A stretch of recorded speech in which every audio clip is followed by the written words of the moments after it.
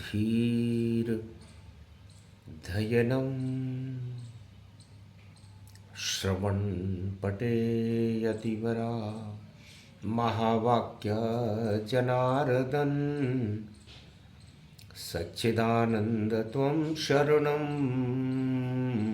ब्रजेश यादवेन्द्रं दयादाता पुंडरीक्षा क्षीरसागरशयनं कमलनयनं नमस्तुते नमामि श्रीहरि। धैर्य से जिसको धारण किया जाता है, कर्णपटवों से जिनका पान किया जाता है, ऐसे सच्चिदानंद भगवान श्री यादवेंद्र सरकार को मैं नित्य ही चिंतन करता हूँ, नमन करता हूँ। जिनको नमन करने से मंगलादि मंगल तो हो ही जाते हैं, साथ ही में बहुत बड़ा बल मिलता है मनुष्यों को। वीणा पुस्तक धारणी हंसारूढ़नी शुद्ध बुद्ध उच्चारणी सत्य संग रमण करे व्यापक रूप भवानी शारदा मामा मामा छंद छावती आओ वीणा बजावती आओ। भक्तों के भाग्य को जगावती आओ, बसंत ऋतु है भगवान की कृपा के रंग बरसावती आओ। मानवता को बचावती आओ, दानवता को हटावती आओ। महाशिवरात्रि महापर्व है, ज्ञान की ज्योति जलावती आओ। दर्शन करे भगवान के, लगन उनके चरणों में लगावती आओ। भारत भूमि शक्ति है आपकी, आप हो उसकी माता। हम सब बालकों को बचावती आओ, दुर्दिन हटावती आओ, शुभ दिन बनावती आओ। और अब कल की अवतार को कलयुग में प्रगटावती आओ। सत्ता सुख तो भोग है, सत्य भोग भगवान। मारकंड मुनि पूछ रहे हैं भोले से कुछ ज्ञान। महाशिवरात्रि के पर्व से पहले भगवान मार्कंड, जो एक मरे हुए बालक थे, उन्होंने महादेव से पूछा, महादेव इस मृत्युलोक में तो कोई अमर ही नहीं है, यहां तो सत्य ही अमर रहता है। हमने चारों युगों में किसी भी सत्ता को अमर होते हुए नहीं देखा और सत्य को चारों युगों में अमर देखा, तो सत्ता में और सत्य में क्या अंतर है? और सत्ता में कौन लोग विराजमान रहते हैं और सत्य का पलड़ा किनका भारी रहता है? हंसे हंसे शंभु त्रिपुरारी, मारकंड क्या प्रश्न तुम्हारी, उत्तर देंगे शिव भगवाना, वाणी का करो अमृत पाना। मारकंड, तुम राजा मेनाक के लड़के थे और मृत्युलोक में तुम्हारी मृत्यु तुम्हारे पर ही सवार थी। 11 वर्ष 11 दिन 11 माह तुम्हारी उम्र थी और आपके पिताजी मेनाक, राजा मेनाक बड़े परेशान थे कि पुत्र दिया ऐसा दिया ज्यादा जन्म न पाए। और 11 वर्ष जब होंगे इसके तो मृत्यु काल समाए। हमारे पास आया, कैलाश पर पूछा, महाराज आपने पुत्र भी दिया तो कैसा दिया? तब मैंने राजा मेनाक से पूछा कि तुम अपनी सत्ता की उम्र बता सकते हो क्या? राजा मेनाक स्तब्ध रह गया। तुम्हें तुम्हारी उम्र का ज्ञान है क्या? ये तुम्हें किसने बताया कि ये लड़का 11 वर्ष जीवित रहेगा? तब का महाराज नारद ऋषि ने ये बात बताई है। जब हमने उन्हें बच्चे की बाल कुंडली दिखाई तब उन्होंने कहा तो अपनी कुंडली भी देख लेते कि सत्ता की कितनी उम्र होती है। चौंक गया मेनाक भी सुनकर शिव की बात।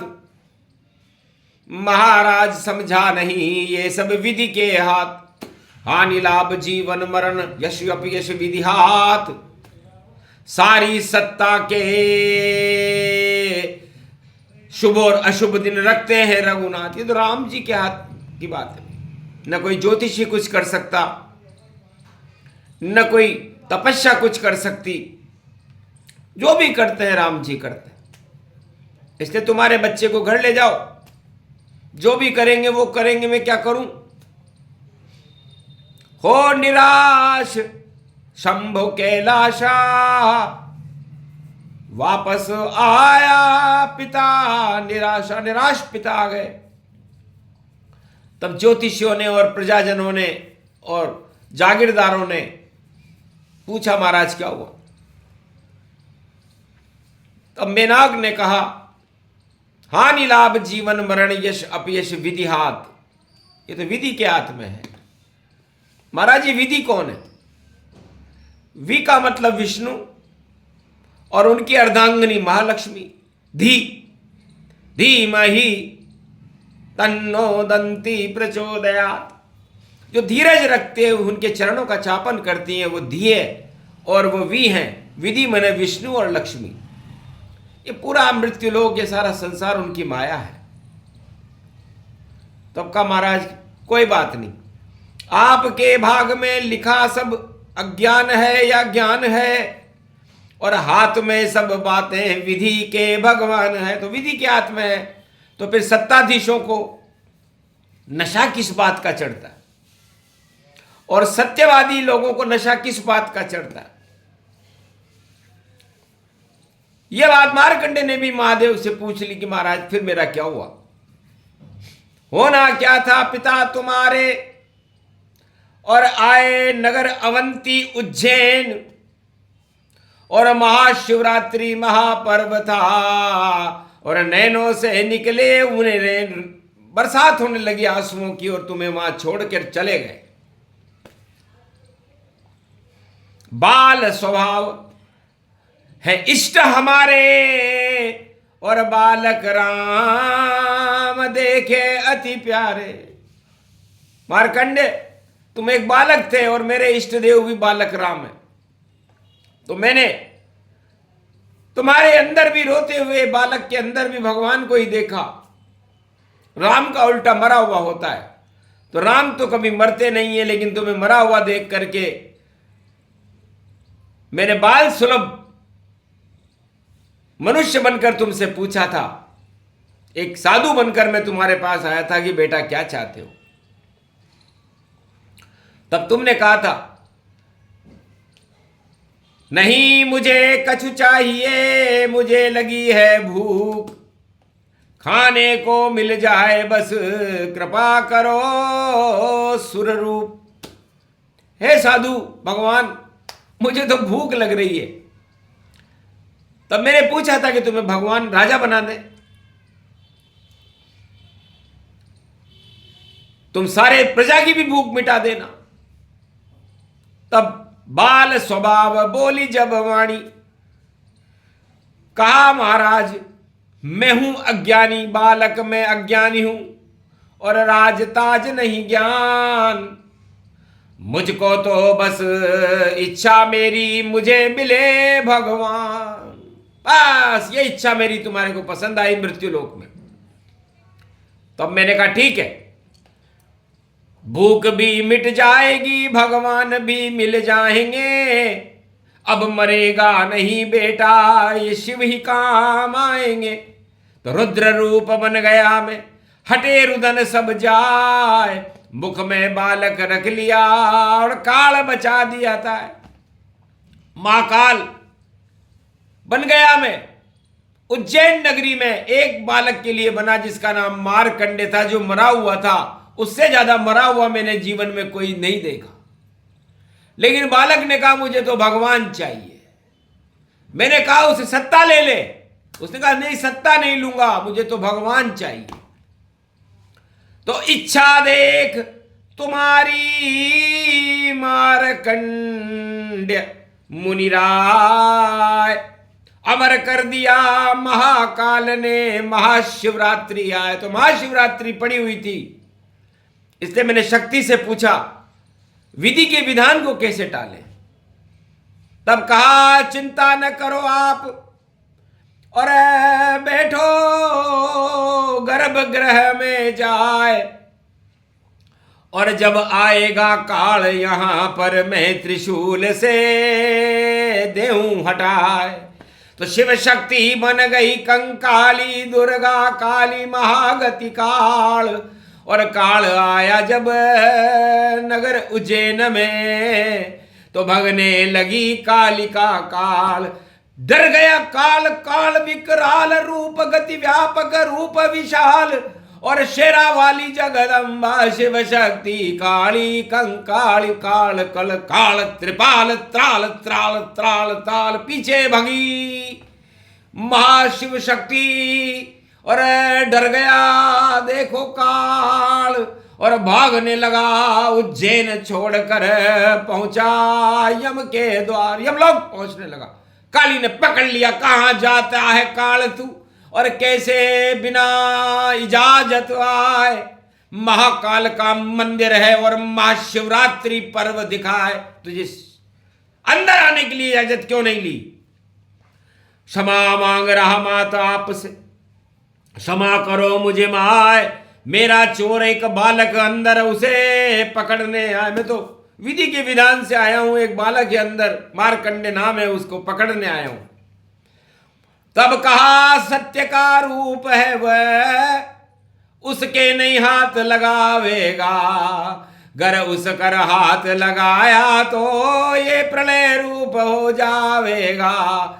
बस एक सत्य वह बालक है, बाकी सब इच्छा लेके खड़े, और महाशिवरात्रि पर्व पड़ा, सब सत्ता के भूखे हैं खड़े। तो सारे ही इस जगत में भूख सत्ता की जान, एक ही बालक था भारत में जो मांग रहा रे भगवान।